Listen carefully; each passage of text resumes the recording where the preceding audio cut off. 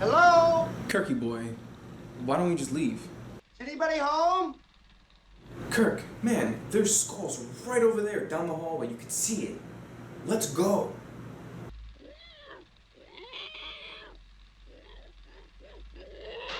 And now there's pig noises. No, you can go. I'm staying out here. Bro, who the hell is that? Oh shit!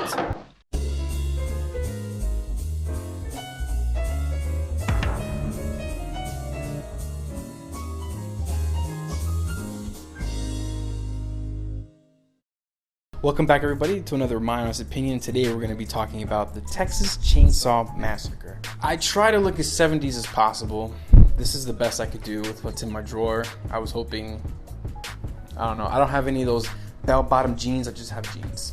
But Texas Chainsaw Massacre, I've seen nothing of Texas Chainsaw. Absolutely nothing. All I know is Leatherface has people's faces on his face, and I do know more about the backstory of Texas Chainsaw Massacre, but we're going to talk about that later. Right now, let's talk about the synopsis. When Sally, Marilyn Burns, hears that her grandfather's grave may have been vandalized, she and her paraplegic brother Franklin, Paul A. Partain, set out with their friends to investigate. After a detour to their family's old farmhouse, they discover a group of crazed murderous outcasts living next door. As the group is attacked one by one by the chainsaw-wielding Leatherface, Gunnar Hansen, who wears a mask of human skin, the survivors must do everything they can to escape. Yeah, that's... This movie is on the 1974 standard of horror. Yo, this is morbid. This is disgusting and terrifying, bro. Like, I could tell. I feel like at least this might have started pushing the envelope on gore and horror and blood and slasher movies before it was kind of a 80s thing. I'm not sure if it was a 70s thing. Let's get into a little bit of the backstory. So a little bit of the backstory for Texas Chainsaw Massacre. I feel like this is partially true, but there once was a man who was kind on the outside, but inside he had a horrible demon. His name was Ed Gein. Now, from what I remember from documentaries and stuff, this guy was he was a mama's boy. He helped around his town. He did kind of odd jobs here and there, just a manual labor kid, but then definitely had some family issues. His mother was I think very demanding, very strict parent, but then when she died, it was kind of all just it was gone. I forget what he did with his mom's body, but I know that he kept her room in pristine condition, and then he went crazy. He started, abducting women, skinning them, cutting them up, I think there was a belt of human nipples the one time, or lampshades made out of skin, bones using as a chandelier or something. Maybe a little bit was a little bit more exaggerated for the movie, but it was a lot of this really macabre and weird shit. And yo,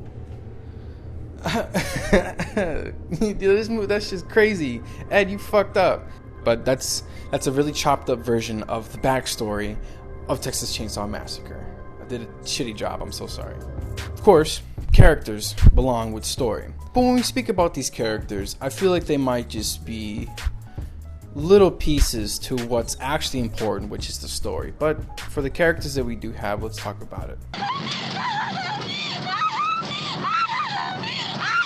Sally! So we start off the movie with the only survivor, the one that's been traumatized, most likely, is Sally. Sally, yo. I'll give Sally some credit, and then I'll also give her some crap. Crap-wise, she's bugging on Franklin. I don't know, their relationship is more of she kind of resents him or something, because she's been grilling him for the entire time, but Franklin was kind of annoying. That does not matter in the case of her having to deal with an old man sucking her blood, being assaulted by this really old, raggedy 60-year-old man with some fucked up teeth, tied and gagged, and Sally's experience is something that nobody ever wants to go through, and I kind of don't wish that on anybody. There might be a select few, but Sally still survived, yo. She jumped out of every window she could. The only problem was that she kept screaming every time she was running somewhere. There were 5 instances where if she stopped screaming and played smart and tactical, okay, I have a gap in running away from him. Maybe I should stop screaming like a fucking idiot and hide in these bushes and just creep away slowly, because how the hell is he gonna find you? He doesn't have night vision. He's a freaking psychopath. But somehow it all worked for her in the end, because she made it out. She fits to me a role within these types of movies where she's the one that survives. I don't know how to explain it. She's just the one that lives. That's the best thing. That's the best way I could explain it. She's just the one that lives.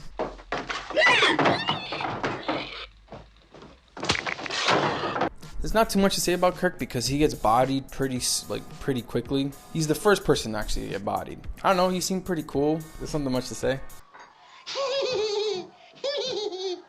Like Sally, she had some issues with her brother. I could see why. Bro, you're weird. Okay, you're. That shit was like, all right, you could stop. Second, you offer too much information. Third, you find it fascinating that a weirdo off the street just cuts his fucking hand. And you're like, wow, that sure do take something to do that to yourself. Just cut yourself in the hand like that. That sure do take some strength. No, that just means you're fucking crazy. I can't do that. I guess he feels bad too, because I know that he was kind of pissed that everybody literally went upstairs and just hung out with each other, and he was just left on the ground floor just to be a cripple. Just roll around, make yourself happy. We're gonna go over here and fuck silly. That's what we're gonna do. Like, involve Franklin. Damn, he still has fingers. Come on. Thanks. There ain't much to say about Jerry. Jerry's just, he teases Franklin and then he gets murked. I feel like Pam has it the worst. Kirk gets cut up on the table. I guess he gets decapitated or something, but she gets pinned, Dead by Daylight style, and then put in the freezer, and then is still partially alive. Does the whole, then kills over, and then I feel like she had it the worst.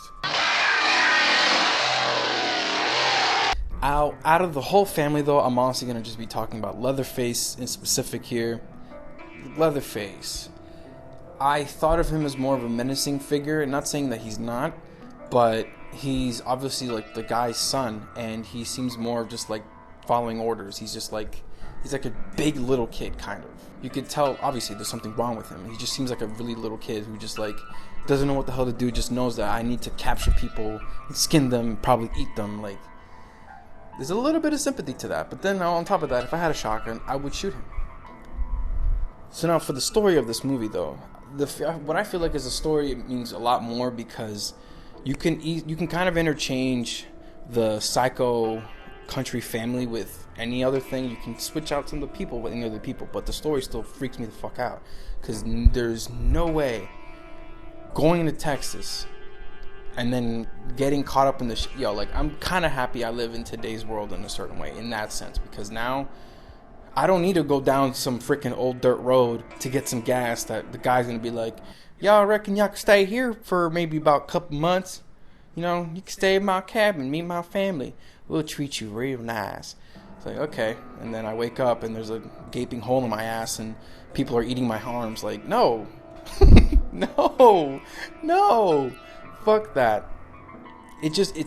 There's that whole, like, it makes you cautious. It's these type of stories that freak you out. Like, these are the ones that become urban legends, or that becomes myth, or the old wives' tales, I think that's what they call them, where it's like, be careful where you go, be careful of strangers, don't talk to anybody you don't know, all this weird shit, like, call the police, things like that. I gotta say, though, the movie did a pretty good job with creeping me out, keeping me tense. There was barely any music that was in this, so everything was just going from scene to scene.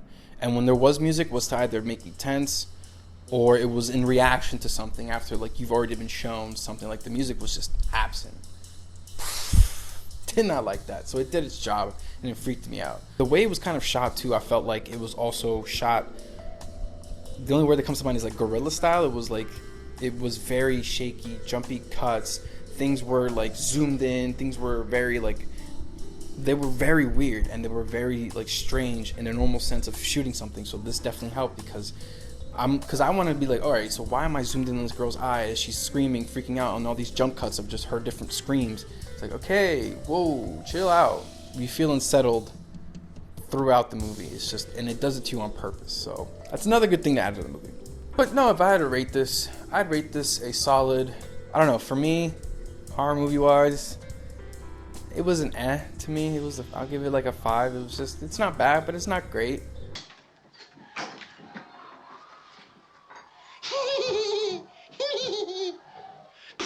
You know, all those points that I made earlier about the good stuff about it is why it's a 5, but anything else in that, I'm like, I don't know. The story fucked with me. The way it was shot and the way it was scored fucked with me. But, I'm sorry. Yo, if you like please leave a like, comment, subscribe. Ring the bell for more entertainment. Come back for the next one, alright? 70s man telling you, peace out. Even though I'm not British, so sorry.